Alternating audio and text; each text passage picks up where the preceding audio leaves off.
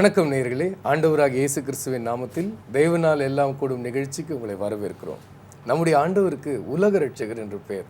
உலகம் அனைத்திற்கும் அவரே ஆண்டவர். அவரே அல்லாமல் வேறொரு ஆண்டவர் இல்லை.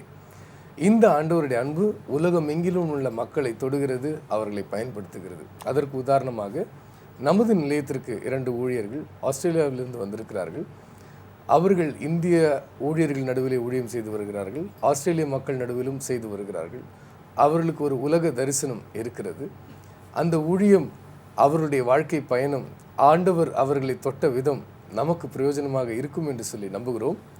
அவர்களுக்கு தமிழ் தெரியாதபடினால் அவர்களிடத்தில் நான் ஆங்கிலத்தில் வினவுவேன், அவர்களும் ஆங்கிலத்தில் பதிலுரைப்பார்கள். எனினும் உங்களுக்கு நான் அதை சுருக்கமாக, ரத்தின சுருக்கமாக நான் இன்னது கேட்டேன் என்றும் அவர்கள் இன்னது சொன்னார்கள் என்பதையும் விளக்கி கூறுவேன். Good morning. Good morning. Thanks for coming to our television Thank you for having channel. us. Great. You can give a brief introduction about yourself, your name and your background, both of you. Maybe you can start. Well, my name is David Aus. I'm a Malaysian Chinese, now living in Australia, of course a citizen of Australia. Okay. I was teaching in the University of Malaya for many years, and then I came to Australia. I became a businessman as well as teaching in the university. Then after that, I came out as a pastor of a church. Okay, great. How about you? I'm Jeannie Mock, also from Malaysia, and like David, taught at the University of Malaya in the English Literature Department. We migrated around 1980 to Australia as business migrants. And had businesses until there was a clear call of God upon our lives. And David started the International City Church, which now has about 61 nationalities. அன்பானவர்களே, நான் ஒரு கேட்டேன் தங்களை பற்றி அறிமுகம் செய்யும்படி. நம்முடைய அருமையான பாஸ்டருடைய பேர் டேவிட் மாக். அவர் ஒரு மலேசிய சீன குடும்பத்தை சார்ந்தவர்.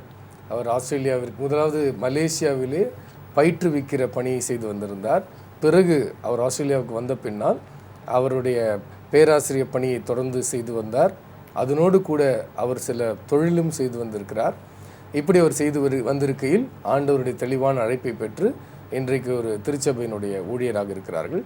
அவர்களுடைய திருமதி ஜீனி மாக் அவர்களும் மலேசியாவை சார்ந்தவர்கள். 1980ஆம் ஆண்டு தொழில் செய்வதற்காக அவர்கள் ஆஸ்திரேலியா வந்திருக்கிறார்கள்.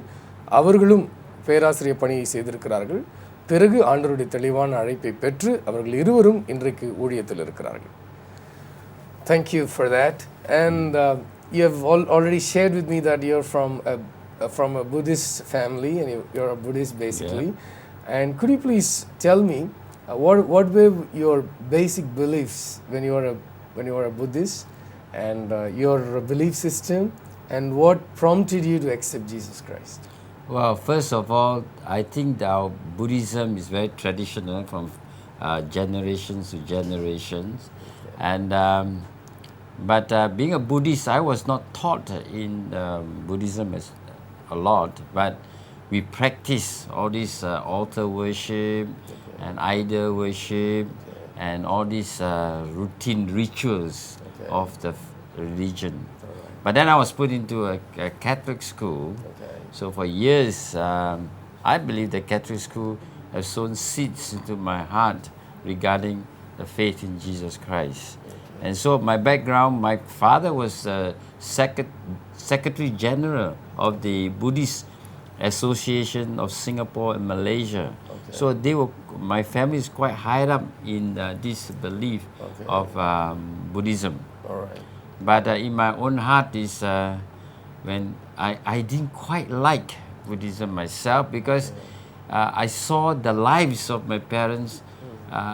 If that reflected their gods, then I was not very impressed. Okay?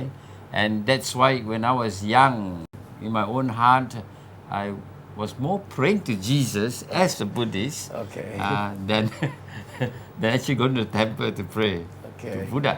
All right. Let me brief them. நான் அவரிடத்தில் கேட்டேன், ஒரு புத்த மதத்தை சார்ந்த நீங்கள் அந்த புத்த மத அடிப்படையில் உங்களுடைய ஆரம்ப நம்பிக்கை எதுவாக இருந்தது என்று சொல்லி கேட்டேன். அதற்கு அவர், நான் சிறு வயதிலிருந்தே ஒரு புத்த மத குடும்பத்தில் வளர்க்கப்பட்டிருந்தாலும் அதை பற்றி அதிகமாக கற்பிக்கப்படவில்லை. எனினும் நான் புத்த மத வழிபாடுகளிலே வளர்க்கப்பட்டேன்.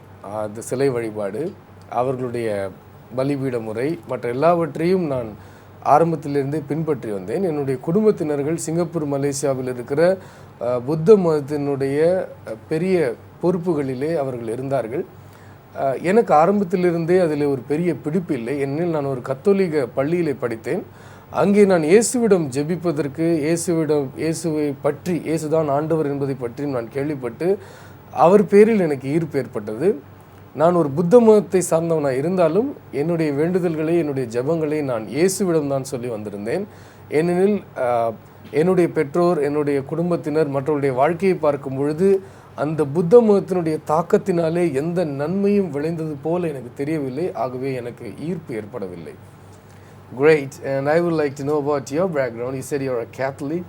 Yeah, very strong Catholic family. Okay. And it was a legacy, from parents. And I went into Catholic school with nuns. So that wasn't anything significant in my life because I didn't have that personal relationship with God.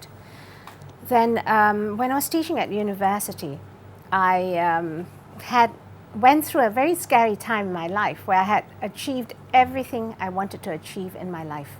All my goals had been achieved. And it was like a big vacuum. What do I do next? So it was a mad run around, looking for something that could be more fulfilling, more satisfying. At that stage, I was organizing a fundraiser for some slum children. And so I'd asked this lady who ran a fashion boutique for children to do a fashion show. And so she turned out to be an Indian lady, Susan Gurusamy. And as a result of her doing me that show, she said, come with me to some meetings, and I felt obligated to go. Okay. So we went to an Indian doctor's house, Dr. Joya Selvaratnam. And at his house, after some initial hesitations, I accepted the Lord. Okay. And then it became something that I knew, was going to be very significant in my life. And that was when I brought David to some of the meetings, and you need to hear how he, All right. made a commitment. Yes, certainly I would hear, but before which I would do a short briefing to our people. Okay, sure. Okay. நான் அவர்களிடத்தில் கேட்டேன், உங்களுடைய கத்தோலிக்க பின்னணியிலிருந்து நீங்கள் எவ்வாறு ஆண்டவரை ஏற்றுக்கொண்டீர்கள் என்று சொல்லி. அவர்கள் சொன்னது என்னவென்றால், நான் ஒரு கத்தோலிக்க பின்னணியில் பாரம்பரியத்தில் வளர்க்கப்பட்டிருந்தேன். எனக்கு ஒரு நல்ல பாரம்பரியம் இருந்தது. தனிப்பட்ட விதத்தில் நான் ஆண்டவரிடத்தில் ஒரு உறவு வைக்கவில்லை. ஆண்டவருக்கும் எனக்கும் தனிப்பட்ட விதத்தில் ஒரு நெருங்கிய உறவு இல்லை. வெற்றிக்கு பின்னால் ஓடிக்கொண்டிருந்தேன். நிறைய இலக்குகளை என்னுடைய வேலையில் நான் வைத்திருந்தேன். அந்த இலக்குகளை எல்லாம் நான் அடைந்து கொண்டே வந்திருந்தேன். வெற்றிக்கு மேல் வெற்றி எனக்கு வந்து கொண்டிருந்தது. இருப்பினும் அடுத்தது என்ன, வெற்றி வந்து விட்டது, அடுத்தது என்ன என்கிற ஒரு வெறுமை என்னை வாட்டி கொண்டிருக்கின்றது. அப்பொழுது ஒரு நற்செயல் செய்வதற்காக எண்ணினேன். ஒருவேளை நற்காரியம் என்னுடைய வெற்றிடத்தை நிரப்பும் என்று சொல்லி சிறு பிள்ளைகளுக்கு உதவுகிற ஒரு கலை நிகழ்ச்சியை நடத்துவதற்காக திருமதி சூசன் குருசாமி அவர்களை நான் சந்திக்க நேரிட்டது. அவர்கள் எனக்கு உதவி செய்தார்கள். ஒரு ஃபேஷன் ஷோ போன்ற ஒரு நிகழ்ச்சி, ஃபேஷன் ஆடைகள் அணிவகுப்பை நடத்துவதற்கு அவர்கள் உதவி செய்தார்கள். உதவி செய்த அவர்கள் என்னை ஒரு வீட்டு கூட்டத்திற்கு, ஆண்டவருடைய அன்பை பற்றி சொல்லுகிற ஒரு வீட்டு கூட்டத்திற்கு அழைத்திருந்தார்கள். எனக்கு உதவி செய்து விட்டார்களே, மரியாதை நிமித்தமாக நான் அங்கே சென்றேன். அங்கே எனக்கு ஆண்டவருடைய அன்பை பற்றி சொல்லப்பட்டது. முதலில் தயங்கினாலும் பின்பு நான் ஆண்டவரை ஏற்றுக்கொண்டேன். நான் ஏற்றுக்கொண்ட பின்னால் என்னுடைய கணவரை நான் ஆண்டவருக்குள் நடத்தினேன். சில கூட்டங்களுக்கு அழைத்து சென்று அவர் எவ்வாறு ரட்சிக்கப்பட்டார் என்பது அவருடைய வாயால் அவர் சொன்னால் அது மிகவும் நன்றாக இருக்கும் என்று எண்ணுகிறேன் என்று சொல்லியிருக்கிறார்கள். தொடர்ந்து அவருடைய கணவரோடு கூட பேசுவோம். Okay, as your wife has said, I would like to know that interesting experience, because she said something, you had the real experience, because even hers is real, but already she's a Christian, at least name-wise. But in your case, you're a Buddhist, now you're accepting the Christ. Could you please tell me the dramatic experience and the miracle that you saw with your own eyes? Well, I went because my wife asked me to go. I remember that night, it was a stormy night and a heavy rain, and she couldn't drive very well in that weather. So there was a child that had thalassemia, and it said there's a healing ministry going on that particular night. Okay. So I said, okay, I'll drive the whole lot of you to church. So as I went to the church, I could remember when I walked into the church, they sang this song, Peace is flowing like a river. And It was a nice tune. So I sang along as well, the song, not realizing that what you speak, what you sing actually can impart your own life. And I truly felt the peace for the first time, peace that surpassed my own understanding, in other words. And at the end of it, the pastor was a Canadian pastor in this another Indian pastor's church, Pastor Prince Gunaratnam. Yeah. Okay. And it's interesting. I see that the Indian people are influencing our life. All this while. Anyway, and so they said, those who want to receive Jesus, just come to the stage, to the altar. And I don't know what. I just stood up and I just walked to the stage. But being a scientist and an academician, I saw people falling under the power of God. And I said, oh, this is mass hysteria. Or they are pushing these people down. Things like that. So I went up there. And I stood in the way like it's like a kung fu stand, you know. So that that I won't... no one will push me down, and nothing's going to push me down. But very interesting. The first experience was that as he was walking towards me, I just went down. He didn't even do anything. I went down. I felt at that moment was like a feather falling backwards. And then he said, "Speak." Now, remember, I was a Buddhist. I don't know what he wants me to speak. But now I know he wanted me to speak in tongues, this language ranges. So I said, well, I'm in a church. I better open my mouth and say something appropriate. So in my mind, I said, I must say, I love Jesus. So when I opened my mouth, it was just sound. A strange sound came up. I said, oh, that's not right. I'm like them now. I better stop speaking like that. Now, my mind said, I love Jesus. So I tried again, and it came out, it's another language. So I said, wow, this is something abnormal. But then I got up. Interestingly, next to me was a young girl. I think she was at that time about 20, 25 or something like that. And then this preacher prayed over her, and I was watching him praying over this young girl. And she fell, she got up, and then he prayed again, and he tested her ears like this. And she turned, and tested this side, she turned. And then he said, speak. And then she spoke, I love Jesus. And then the announcement was, this girl was born dumb and deaf. Born dumb and deaf. Yeah. So that to me was, wow, amazing. But of course, still skeptical. So I went around. You're an academician. Yeah, I went around and asked the parents. I said, are you sure this your daughter is dumb and deaf? He said, yes, for 25 years she was dumb and deaf. And I thought, wow. And that really a confirmation of the power of God. Great. Okay. அருமையான ஒரு சாட்சி. இவருடைய மனைவி அவர்கள் நீங்கள் கூட்டத்துக்கு வரணும் அப்படின்னு சொல்லி அவரை கூட்டிகிட்டு போயிருக்காங்க. அன்றைக்கி பயங்கர மழை, இடியெல்லாம் இடிச்சிருக்கான். அப்போ வந்து அவங்க சொல்லியிருக்காங்க, காரே அவங்க ஓட்ட கஷ்டப்பட்டு அந்த மீட்டிங் போய் சேர்ந்துருக்காங்க. போன உடனே ஆண்டவருடைய சமாதான பாடல் ஒன்று, சமாதானம் குறித்ததான ஒரு பாடலை பாடிக்கொண்டிருந்தார்கள். இவருக்கு அந்த பாட்டு டியூன் ரொம்ப பிடிச்சிருந்தது தான். அதனால் இவரும் அந்த வரிகளை பார்த்து இவரும் சேர்ந்து பாட ஆரம்பித்தாராம். இந்த கூட்டம் முடிந்து பாஸ்டர் பிரின்ஸ் குணரத்னம் அவர்கள் மற்றும் ஒரு கனடியன் பாஸ்டர் இவர்கள் எல்லாம் ஜெபித்து கொண்டிருந்தார்களாம்.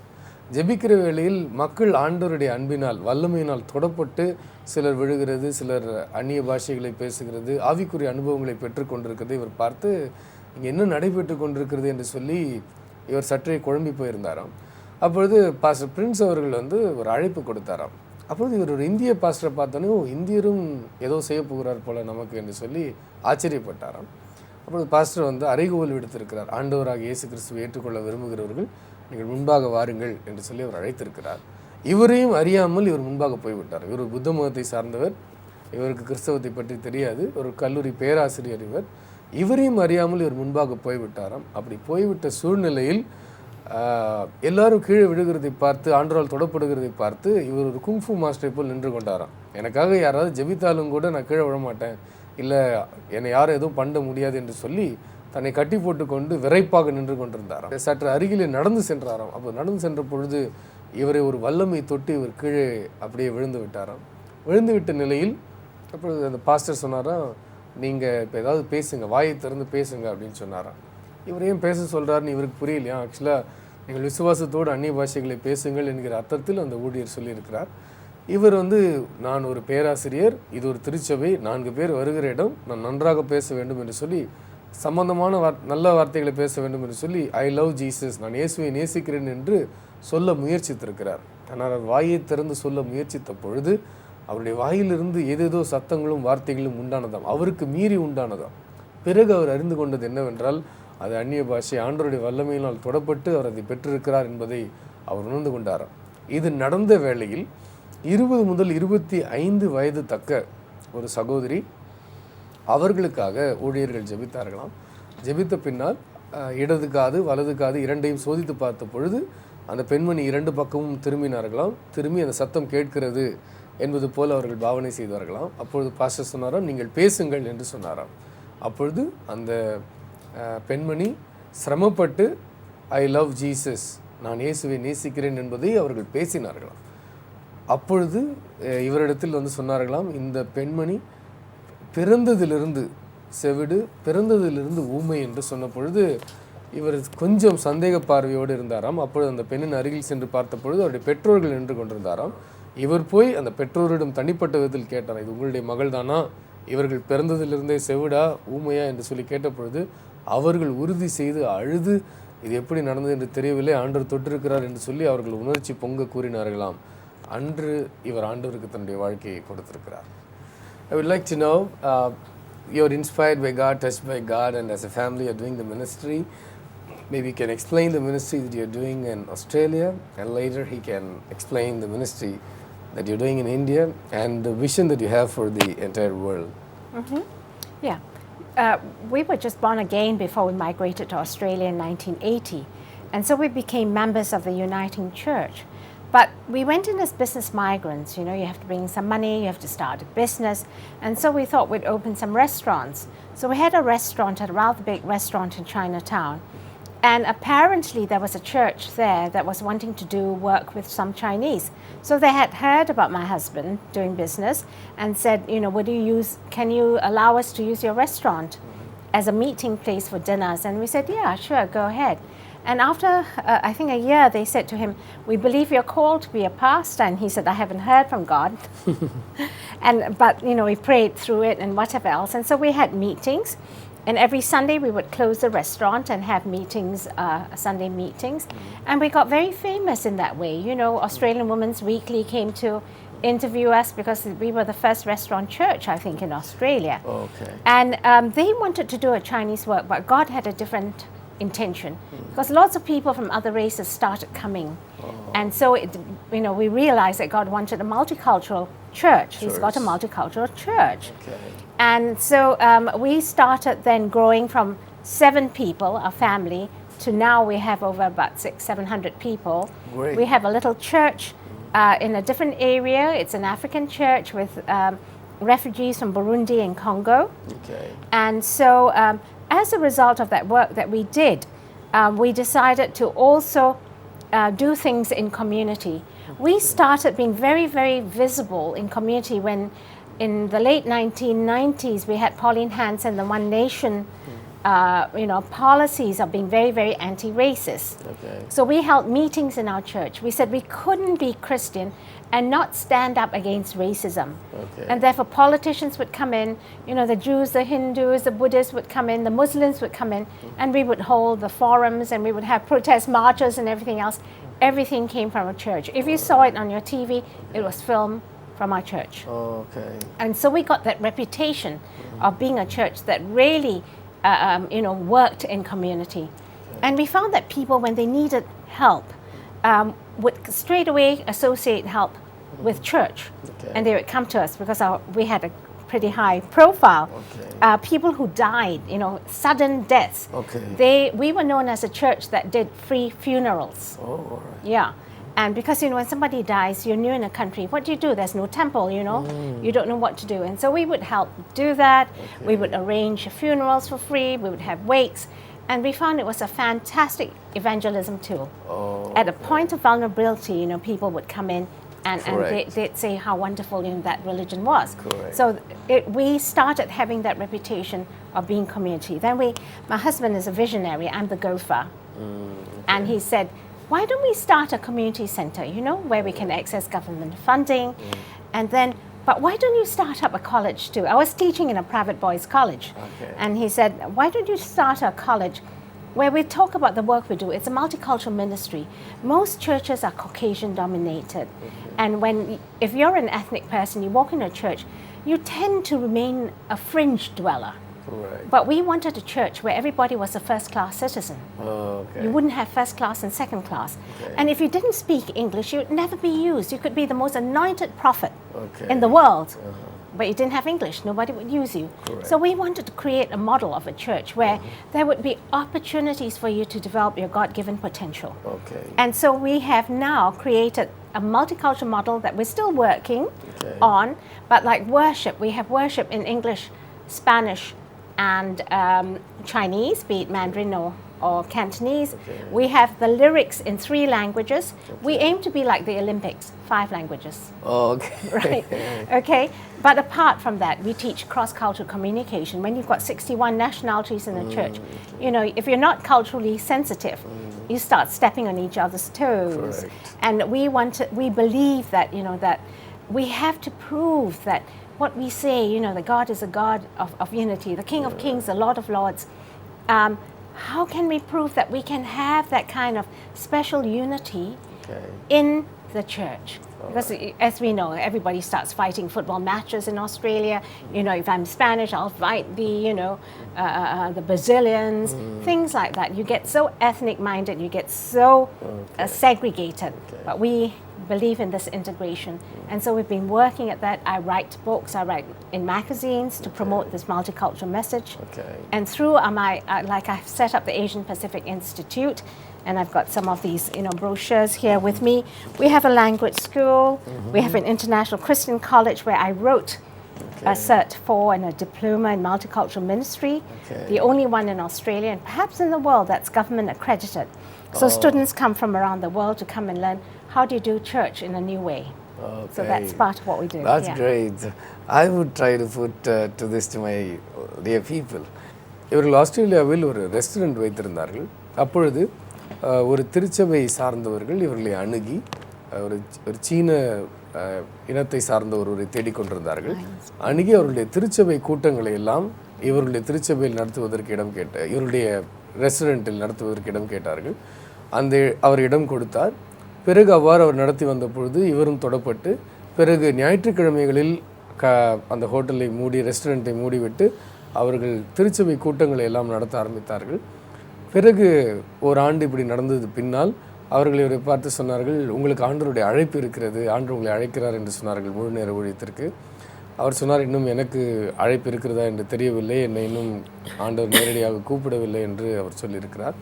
பிறகு இவர்கள் ஆண்டவருடைய ஊழியத்தில் அதிகமாக ஈடுபட்டு ஒரு திருச்சபை இவர்கள் ஆரம்பித்த வேளையில் ஒரு 7 பேரை வைத்துக்கொண்டு இவர்கள் ஆரம்பித்திருக்கிறார்கள். கொஞ்ச காலத்திலேயே பல பின்னணியிலிருந்து, காங்கோ தேசத்திலிருந்து, இந்திய பின்னணியிலிருந்து, ஆப்பிரிக்க நாடுகளிலிருந்து, மற்ற இடங்களிலிருந்தெல்லாம் மக்கள் இவருடைய திருச்சபைக்கு வர ஆரம்பித்து விட்டார்கள். 600-700 பேர் கிட்டத்தட்ட அவர்கள் வர ஆரம்பித்த பொழுது இவர்கள் ஒன்றை புரிந்து கொண்டார்கள், ஆண்டவர் பல பின்னணியில் இருக்கிற மக்களுக்கு ஊழியம் செய்ய இவர்களை அழைத்திருக்கிறார்கள் என்பதை இவர்கள் உணர்ந்து இவர்கள் களப்பணிகளை எல்லாம் செய்ய ஆரம்பித்தார்கள். முதலாவது உதவி ஊழியங்களை எல்லாம் செய்தார்கள். யாராவது ஒருவர் திடீரென்று இறந்துவிட்டால் முன்பின் தெரியாத தேசத்தில் இலவசமாக இறுதிச் சடங்குகளை எல்லாம் செய்து வைப்பார்கள். மற்றவர்களுக்கு எப்படி தொடர்பு கொள்வது, மற்ற கலாச்சாரங்களை எப்படி புரிந்து கொள்வது, இனத்வேஷம் ஆஸ்திரேலியாவில் நடந்த பொழுது இனத்தை சம்பந்தப்படுத்தி கருப்பர்கள், வெள்ளையர்கள் அல்லது நிறத்தை வைத்து இனத்வேஷம் செய்த பொழுது அதை எதிர்த்து கூக்குரல் கொடுத்து இவர்கள் திருச்சபையாக மற்ற இந்துக்களை, இஸ்லாமியர்களை, மற்றவர்களெல்லாம் அழைத்து இவர்கள் நடைபாதை பயணங்களை எல்லாம் மேற்கொண்டு அரசாங்கத்தினுடைய நன்மதிப்பை இவர்கள் பெற்றார்கள். நன்மதிப்பை இவர்கள் பெற்றபடினால் சமுதாயத்தில் இவர்களுக்கு ஒரு நல்ல மதிப்பு ஏற்பட்டது.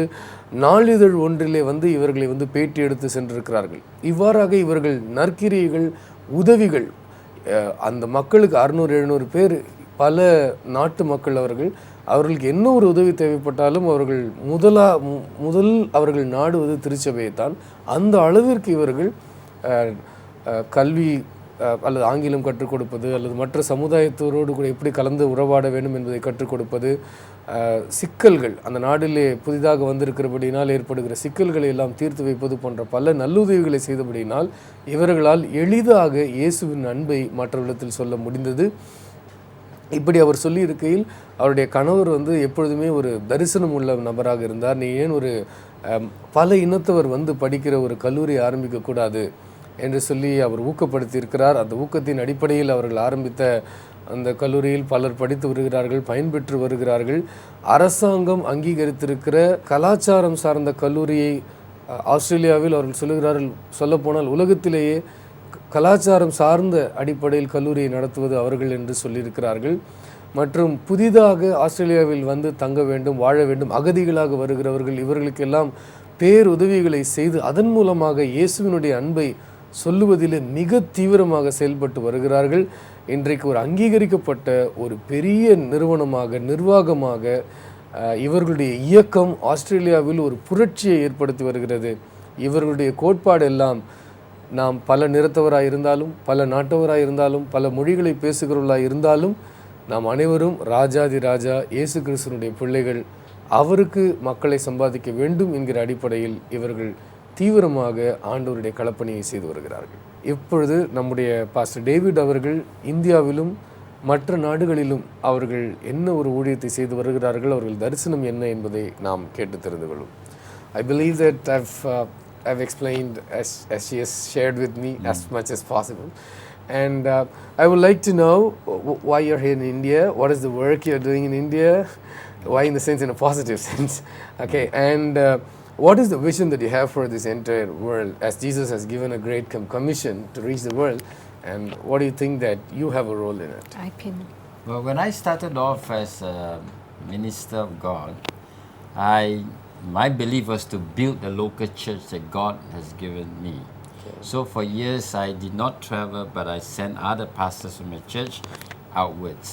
But then I decided to move outwards, and sometimes I wonder in my own heart is, you spend so much money flying to a nation, and you preach one Sunday, 2 Sunday, in between little meetings here and there.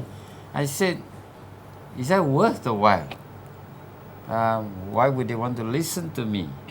And so once again, for a season, I said, well, I'd rather send my money, the air ticket money and all my expenditure, to help these smaller churches where they are struggling. So I did that for a season. And again, the Holy Spirit was impressing me, I need to go outwards.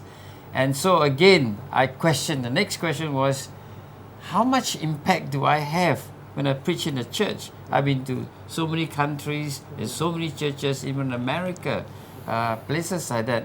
There are huge churches. I said, I wonder whether what I shared really impact their life. Would it be transformed, really?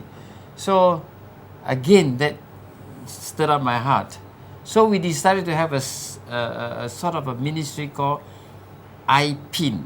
It's called Impact Pastors, Impact Nations. Okay. So I said, well, what I like to do is to go in just to get the pastors, organize them, particularly the smaller churches where pastors are struggling and they need motivation. Okay. And also because I come from a background where we brought up the church from nothing to where we are today, so I sort of know how to bring a church from one level to the next level.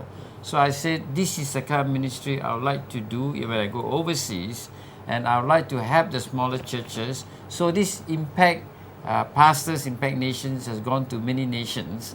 And so now India is interesting because I was connected to Henry Marais, and he said, if you want to come to India, I'll arrange something. And so, yeah, why not? So I never realized that there is already a connect net in Chennai. All right. So when we came in that way, it became a conference, Kairos conference every year. Okay. So for 2 years we have been running that with Connect Net Chennai. Okay. And they have about 150 churches coming together and a lot of smaller churches, pastors coming in. So I said, Wow, that's what I really love to do. Great to know that. அருமையான இந்த ஊழியர் அவருடைய நாட்டிலே ஊழியம் செய்து அந்த ஊழியம் வளர்ச்சி அடைகிற வேளையில் நான் உலக ஊழியத்திற்கு ஆண்டவருடைய சர்வதேச ஊழியத்திற்கு ஏதாவது செய்ய வேண்டும் என்று எண்ணியிருந்தார். ஒரு குறிப்பிட்ட திருச்சபைக்கு ஏதோ ஒரு ஞாயிற்றுக்கிழமையோ அல்லது ஒரு சில கூட்டங்களுக்கோ வந்து போய்விடுதனால் எந்த ஒரு தாக்கம் அந்த தேசத்தில் உண்டாக போகிறது என்கிற கேள்வி அவருக்கு ஏற்பட்டது. அவ்வளவு செலவு செஞ்சு அங்கேருந்து இங்கே வந்துட்டு ஒரு நாள் 2 நாள் ஊழியம் செஞ்சுட்டு போகிறதுனால எவ்வளோ பெரிய மாற்றம், எவ்வளோ பெரிய தாக்கம் இந்த பறந்து விரிந்த தேசத்தில் உண்டாக போகிறது என்கிற ஐயம் எனக்குள் எப்பொழுதுமே இருந்தது என்று சொல்லுகிறார். அப்படிப்பட்ட சந்தேகம் அவருக்கு இருந்தபடினால் அவர் என்ன செய்ய ஆரம்பித்தார், ஆரம்பத்திலே சிறிய சபைகளை தெரிந்து கொண்டு அவர்களுக்கு உதவி செய்ய ஆரம்பித்தார். அப்படி இருந்தும் அவருக்குள்ளே ஒரு திருப்தி ஏற்படவில்லை. நாம் ஒரு பெரிய தாக்கத்தை மற்ற தேசங்களிலே உண்டாக்க வேண்டும் என்று சொல்லி அவர் என்ன செய்ய ஆரம்பித்தார், ஒரு நாட்டினுடைய ஊழியர்களுக்கு நல் பாதிப்பை ஏற்படுத்தினால் அந்த தேசம் சந்திக்கப்படும் என்பதை இவர் உணர்ந்து கொண்டார். அந்த நாட்டினுடைய ஊழியர்கள் உற்சாகம் அடைந்தால், அவர்கள் ஆவிக்குரிய பலன் அடைந்தார், அவர்கள் தேசத்தை சந்திக்க முடியும் என்கிறதை அவர் உணர்ந்து கொண்டு ஊழியர்களுக்கு ஊழியம் செய்ய ஆரம்பித்தார். அவர்களை உற்சாகப்படுத்துவது, அவர்களுக்கு ஊழியம் செய்வது, அவர்களுக்கு சொல்லி கற்றுக் கொடுப்பது போன்ற பல ஊழியங்களை அவர் செய்து வந்திருந்தார். அப்படி அவர் செய்கிற வேளையில் சகோதரர் ஹென்றி மாரிஸ் அவர்களை சந்திக்க நேர்ந்தது. அவர்கள் மூலமாக சென்னை நெட் கனெக்ட் என்கிற அந்த ஒரு ஊழியத்தை செய்து சென்னையில் அவர்கள் கருத்தரங்கை நடத்த ஆரம்பித்து இப்பொழுது 2 ஆண்டுகளாக நடந்து கொண்டிருக்கிறது. இந்தியாவிலே அவர்கள் வேரூன்றி இந்த 2 ஆண்டுகளாக இந்த ஊழியத்தையும் அவர்கள் செய்து வருகிறார்கள். இப்படி அவர்கள் உலகம் எங்கிலும் ஊழியர்களை பாதிப்பதன் மூலமாக அந்த தேசத்தை அசைக்க முடியும், ஊழியர்களை அசைப்பதன் மூலமாக ஒரு தேசத்தை அசைக்க முடியும் என்கிற நம்பிக்கையோடு அவர்கள் மும்முரமாக தீவிரமாக அவர்கள் செய்து வருகிறார்கள். ஆகவே இவர்களுடைய ஊழியம் உலகத்தை சந்திக்க வேண்டுமானால் அறுவடை ஆட்கள் வேண்டும். அந்த அறுவடை ஆட்களை உற்சாகப்படுத்தினால், அறுவடை ஆட்களை பலப்படுத்தினால் அவர்கள் அறுவடை வேலையை செய்து முடிப்பார்கள் என்பதை அவர்கள் நம்புகிறார்கள். So great, and finally, we are in the conclusion stage of this program. Both of you, what you would like to say, the people of India here, and maybe there are some watching this program who would have never known about Jesus or partially know about Jesus, who have not yet given their hearts to Jesus. So what would you like to convey to them? Well, what I feel is this. I came from a Buddhist background, and sometimes your family may not have a believer in your family, but I believe that if one of you in the family decided to believe Jesus Christ, there's a promise in the Bible that when one is saved, the whole household will be saved.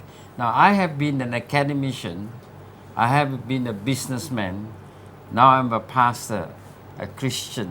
I will tell you one thing is, that is the greatest joy to know Jesus Christ and to serve our Lord Jesus Christ. Thank you. And would you like to say some greetings to our people? Well, the greetings I've learned is Vanakkam. It's been, to thank everybody here for being so hospitable. And I see so many hearts that are so eager to learn more and to really claim the blessings of God in the Bible. And so for those that don't know the Lord, there are so many wonderful things that await you. It's not just material blessings, but there's that peace, that's that knowing that you have hope where things seem hopeless, and that can be found in knowing and accepting Jesus as your Lord and Savior. I can guarantee that because we no doubt nobody has a perfectly happy life. But having that strength of the Lord, the joy of the Lord is your strength, you can go through anything in the world. Great. So let me convey your greetings and the final words that you gave to our people. கடைசியாக அவர்கள் சொல்ல விரும்புவது, இன்றைக்கு இந்த நிகழ்ச்சியை பார்த்து கொண்டிருக்கிற நீங்கள் ஒருவேளை ஆண்டவருடைய அன்பை பற்றி அறியாமல் உங்களுடைய குடும்பத்தில் இயேசுவை ஏற்றுக்கொண்டவர்கள் யாரும் இல்லாமல் இருக்கலாம். ஆனால் இந்த நிகழ்ச்சியை பார்க்கிற நீங்கள் இயேசுவை விசுவாசியுங்கள், இயேசுவை நம்புங்கள், அவர் உங்கள் வாழ்வை பொறுப்பெடுத்துக் கொள்வார். இந்த வாழ்வில் மட்டுமல்ல, நமக்கு நித்திய ஜீவனையும் அவர் கொடுப்பார். நமக்கு மாத்திரமல்ல, வேதத்திலே ஆண்டவர் வாக்கு பண்ணியிருக்கிறார், ஒருவர் விசுவாசிக்கும் பொழுது முழு குடும்பத்தையும் கர்த்தர் ரட்சிப்பார் என்று சொல்லி, ஆகவே உங்கள் விசுவாசம் உங்கள் குடும்பத்தை ரட்சிக்கும் என்று பாஸ்டர் சொல்லியிருக்கிறார். அவருடைய துணைவியார் உங்களுக்கு அவருடைய அழகிய தமிழில் அவர்கள் வணக்கம் சொல்லியிருக்கிறார்கள், உங்களுக்கு வாழ்த்து சொல்லியிருக்கிறார்கள், நன்றி சொல்லியிருக்கிறார்கள். இந்தியாவில் அவர்களுக்கு அளிக்கப்பட்ட உபச்சாரங்களுக்காக அவர்கள் நன்றி தெரிவிக்கிறார்கள். எல்லாவற்றுக்கும் மேலாக ஒருவேளை நீங்கள் வாழ்க்கையில் சோர்ந்து போயிருந்தால் வாழ்க்கையில் துவண்டு போயிருந்தால், எதிர்பார்ப்புகள் நடைபெறாமல் போயிருந்தால், ஆண்டவராக இயேசுவில் நம்பிக்கை வையுங்கள். ஆண்டவர் எல்லாவற்றையும் பொறுப்பெடுத்துக் கொள்வார். வெறும் பண ரீதியான ஆசீர்வாதம் மட்டுமல்ல, நீங்கள் எண்ணி முடியாத ஆசீர்வாதங்களை எல்லாம் ஆண்டவர் கொடுக்க வல்லவராக இருக்கிறார். நீங்கள் நினைக்காத சமாதானத்தை ஆண்டவரால் கொடுக்க முடியும். நீங்கள் நினைக்காத நன்மைகளை கர்த்தரால் செய்ய முடியும். ஆகவே மனம் சோர்ந்து போய்விடாதிருங்கள். யாரும் இந்த உலகத்தில் 100% சந்தோஷமாக இல்லை என்றாலும் வருகிற போராட்டங்களில் கர்த்தருக்குள் சந்தோஷமாக இருக்கிற பலனை கர்த்தர் உங்களுக்கு நிச்சயமாக அருளி தருவார். ஆகவே இயேசுவை விசுவாசியுங்கள், கர்த்தர் உங்களை ஆசீர்வதிப்பார். அருமையான ஊழியர்களுடைய ஊழியம் நம்முடைய வாழ்க்கையை தொற்றிருக்கிறது. நிச்சயமாக அவர்கள் சிறிய விதை போன்ற ஒரு ஊழியத்தை ஆரம்பித்தார்கள். இன்றைக்கு அது உலகம் முழுவதும் விழுதுவிட்டு அது வளர்ந்து கொண்டிருக்கிறது. இது நமக்கு ஒரு பாடமாக இருக்கிறது. நாம் கர்த்தருக்குள் படுகிற பிரயாசம் விருதாவாய் போகாது. கர்த்தருடைய ஊழியம் ஊக்கமாக செய்வோம். இவர்கள் வாழ்க்கையை நாம் பாடமாக எடுத்துக்கொள்வோம். மீண்டும் இது போன்ற ஒரு நிகழ்ச்சியில் சந்திப்போம். அதுவரை உங்களிடமிருந்து விடைபெறுபவர் ராஜா.